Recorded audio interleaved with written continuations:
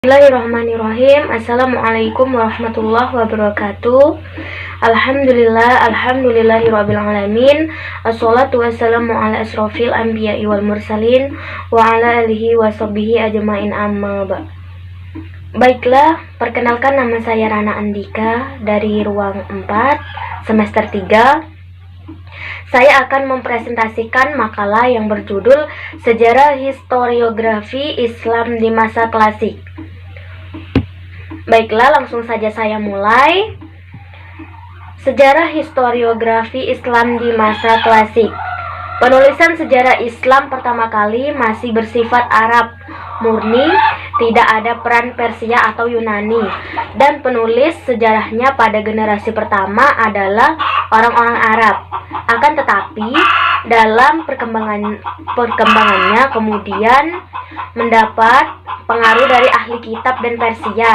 Generasi pertama penulis sejarah dalam penulis mencantumkan isnad, rangkaian pemberi kabar. B. Sumber penulisan sejarah di masa klasik. Masa jahiliyah. Pada masa ini bangsa Arab sudah mengetahui peranan tulis-menulis. Mereka menganggap bahwa tulis-menulis adalah salah satu unsur kesempurnaan seseorang. Ibnu Sa'ad mengatakan, bangsa Arab jahiliyah dan permulaan Islam menilai bahwa orang yang sempurna adalah yang dapat menulis, berenang, dan melempar panah. Bahkan Ibnu Habib al-Baghdadi sempat menulis nama-nama bangsawan juga melakukan hal itu pada masa jahiliyah dan permulaan Islam. Yang selanjutnya pada masa permulaan Islam di Mekah. Tatkala Allah bermaksud menyempurnakan nikmatnya di dalam raya ini, Ia mengutus Muhammad SAW sebagai Rasul. Begitu pula orang-orang pertama kali mendapatkan perintah Allah. Tetapi risalah Islam tidak mungkin membiarkan keadaan seperti itu, sebab Islam menghendaki agar umatnya melepaskan diri dari kebodohan karena ketidaktahuan terhadap tulis-menulis. Karena ketahuan terhadap tulis-menulis termasuk hal yang menghalangi masalah itu, maka perintah Allah yang pertama kali diturunkan adalah perintah membaca dengan surat Al-Alaq ayat 1-5. Selanjutnya pada masa permulaan Islam di Madinah. Setelah kaum muslimin hijrah ke Madinah, dakwah Islam menemukan titik-titik cerah di mana orang-orang Ansar memeluk Islam. Keadaan pendidikan juga mengalami perubahan sebab orang-orang Ansar yang hidup sebagai bangsa yang diam dalam kebodohan. Pada waktu Nabi masih tinggal di Mekah, orang Ansar seperti Rafi bin Malik juga pernah menghadap Nabi untuk belajar Al-Quran. Dan sesudah kembali ke Madinah, ia mengajarkannya di sana. Bahkan tidak cuma itu, mereka meminta agar Nabi mengirimkan guru-guru untuk mengajarkan agama dan Al-Quran kepada mereka. Nabi pun mengirimkan Mus'ab bin Umair. Yang selanjutnya Bani Umayyah. Berdasarkan pendapat 1.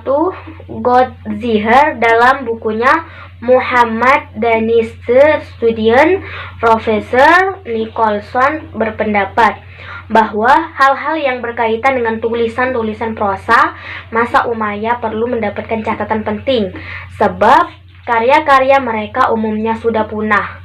Dalam bidang sastra, semangat non-agama atau ateis dan non-Islam telah mempengaruhi tulisan-tulisan mereka. Semangat yang sama mempengaruhi penyair yang hidup di wilayah Daulah Bani Umayyah. Selanjutnya yang ke-C, tema-tema historiografi Islam di masa klasik. Yang pertama, kabar. Kabar biasa diartikan sebagai laporan, kejadian atau cerita. biasanya lebih banyak berisi tentang cerita-cerita perperangan dan kepahlawanan. Karakteristik kabar ditekankan dengan garis sanad yang mendahului tiap-tiap kabar, dan hal itu akan dihilangkan bila menginginkan keringkasan kabar itu atau sekedar menyingkirkan munculnya kecermatan pengetahuan. Yang kedua, analitik. Analitik berasal dari kata dasar anno atau tahun. Historiografi dalam bentuk analitik merupakan bentuk khusus penulisan sejarah dengan menggunakan kronologis, yaitu percantuman kejadian tiap tahun. Biasanya dimulai dengan kalimat dalam tahun pertama atau ketika masuk tahun ke-9. Penyajian dalam bentuk ini sepenuhnya berkembang pada masa Al-Tabari. Karya sejarah permulaan terbit pada dasawarsa pertama abad ke-10 Masehi dan diteruskan sampai tahun 915 Masehi. Selanjutnya yang ketiga, catatan dinasti. Tidak ada penulisan sejarah di masa lalu yang dapat lepas dari intervensi penguasa. Hampir seluruh catatan sejarah adalah cerita tentang kekuasaan, kemenangan perang dan kepahlawanan yang pendiri dinasti serta anak cucunya. Bahkan banyak terdapat biografi khusus yang menulis tentang raja-raja itu. Misalnya karya Al-Qudlo yang berjudul Uyun Al-Ma'arif. Yang selanjutnya, tabaqat. Tabaqat berarti lapisan, transisi masyarakat dari satu lapisan atau kelas dalam penggantian kronologis generasi muda. Dilakukan sebagaimana qarn yang mendahului arti tabaqat, yang dalam penggunaannya berarti generasi. Yang selanjutnya yaitu penutup. Kesimpulannya dari pemaparan tentang historiografi Islam di masa klasik dapat disimpulkan bahwa awal muncul historiografi dalam Islam tidak lepas dari peran seseorang rasul sampai kepada para khalifah dan pemimpin kerajaan di masa itu. Ini dilihat dari perkembangan biografi, hasil tema, dan jalannya pemerintahan tersebut. Mungkin itu saja pemaparan materi dari saya. Saya akhiri. Wassalamualaikum warahmatullahi wabarakatuh.